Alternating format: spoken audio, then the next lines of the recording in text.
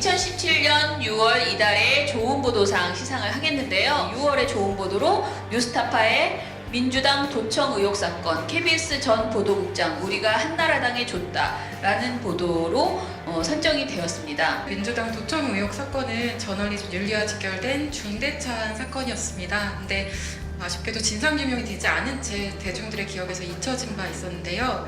이런 상황에서 한국탐사저널리즘센터는 민주당 도청 의혹 사건 당시에 KBS 보도국장을 지냈던 임창건 현 KBS 아티비전 감사의 새로운 증언을 폭로하여서 사건의 진상을 새롭게 밝힐 계기를 만들어냈습니다. 취재를 어떻게 하려고 누가 먼저 이 생각을 하셨어요? 이강덕 정치부장도 거의 한 40분 가량 저랑 통화를 했고요. 굉장히 긴 통화였고 그 모든 것을 다 부인하는 내용이기 때문에 모든 것을 다 시인하는 핑계는 대면서 관심조차 없었고 아는 게 없는데 당시의 여당이었던 한나라당에 유리한 식으로는 또 진술을 하는 이 정도 답변해 줬으면 애정을 생각해 준 거지 않겠느냐. 정말 씁쓸했죠. 그걸 내가 어떻게 확인을 해줄 수 있어. 내가 그 사안에 대해서 일부러 관심을 안 가졌는데. 큰 기대를 걸지 않고 임창건 보도국장에게 전화를 했는데 당시 전재희 문방위원장을 만난 사람이 당신 아닙니까? 라고 물어보니까 거기에서 이제 말린 게 아닌가. 이 사람이 뭔가 좀 거기에 관해서 변명을 하려고 하면서 줄줄줄줄 하다가 자기가 알았던 것들을 일부 다 이야기를 해버린 게 아닌가. 너무 깜짝 놀랐어요. 우리가 좋지 그건. 나도 얼핏 봤어. 뭐 이런 의도에 그걸 봤다고? 나도 얼핏 봤는데. 예? 녹취록은 아니고, 그러니까 뭐 누구 의원 이렇게 이런 식으로 발언한 내용을 대충 써놨어 이렇게. 아니요, 그 녹취록은 그러니까 보신 거 아니에요? 그렇지, 그건 봤지 나도. 그분의 입으로만 딴 게 이번이 처음인 거지 대략 다들 그렇게 짐작하고 계셨던 거예요? 당시 이 사건이 터지고 나서 그 KBS의 보도국에 있는 기자들이 이거 KBS과 관련이 돼 있고 KBS가 문제를 일으켰다라고 지금 그때부터 지금까지 아마 대부분이 그렇게 생각하고 있습니다. 동아일보를 비롯해서 몇몇 언론이 KBS 기자가 도청을 했고 그다음에 녹취록을 작성했다 이런 기사들이 큼지막하게 실려요. 근데 거기에 대해서 매체들이 KBS부터 그동안 소송이 많이 걸렸는데 그 소송을 한 번도 안 걸었습니다. 여태까지. 이거를 주도적으로 당시에 개입했던 제 주장건데 만약 했다면은 현 고대영 KBS 사장입니다. 당시 보도본부장이었고요. 이 수신료 현실화와 관련해서 수신료 인상 관련해서 사실상 기자들을 동원해가면서 진두지휘를 했어요. 도청보다 이 녹취록 유출이 건네진 게 더 크다는 얘기를 하는 게 이거는 뭐 말이 수신료 사건이지만 사실 정치에 아예 개입을 해버린 사건이고요. 민주당 대표회의를 녹음하고 도청하는 게 잘했다고 제가 하는 게 아니라 그 배경에서 움직여진 이거를 우리가 주목해야 되는 겁니다. 왜 녹취록이 저쪽 손에 넘어갔는가? 왜 우리가 고대영 사장을 이렇게 이 일의 그 당사자, 최고 연루자라고 생각하는지 그 정황을 조금 더 자세히 얘기를 해주세요. 모든 수신료 인상에 대해서 대외 업무라는 거는 쉽게 말해서 로비입니다. 로비의 수장이 누구냐? 보도본부장이 했다. 이렇게 이야기를 한 거예요. 고대영 보도본부장이 대외 업무를 총괄했다고 말했습니다. 이 업무 성격상 이 대외 업무는 일단 보도본부장이 관장을 해요.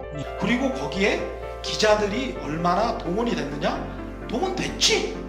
라고 이야기를 한 겁니다. 보도국장도.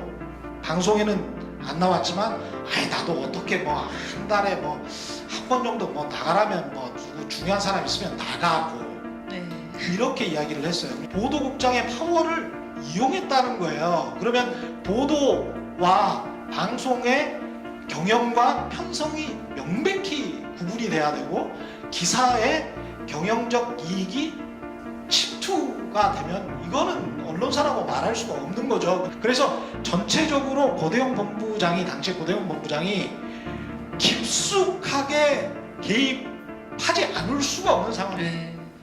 그 핸드폰을 잊어버리면 그렇게 본부장이 주시나요? 그 이른바 핸드폰으로 녹취가 됐을 거라고 추정을 하고 있고, 근데 그날 공교롭게 다 술을 먹고 잊어버렸다라고 진술을 하고, 다음 날인가 바로 보도본부장이 직접 바꿔줬다. 새 걸. 바꿔준 게 아니라 새로 지급해줬다. 본인이 직접. 그 보도본부장이 어떤 자리냐면요, 4개의 국장, 그 밑으로 본사에만 500명이 넘는 기자들이 있고요, 지역까지 치면 700명이 넘는 기자들을 보도본부장이 사실상 인사권을 갖고 있고 지휘하는.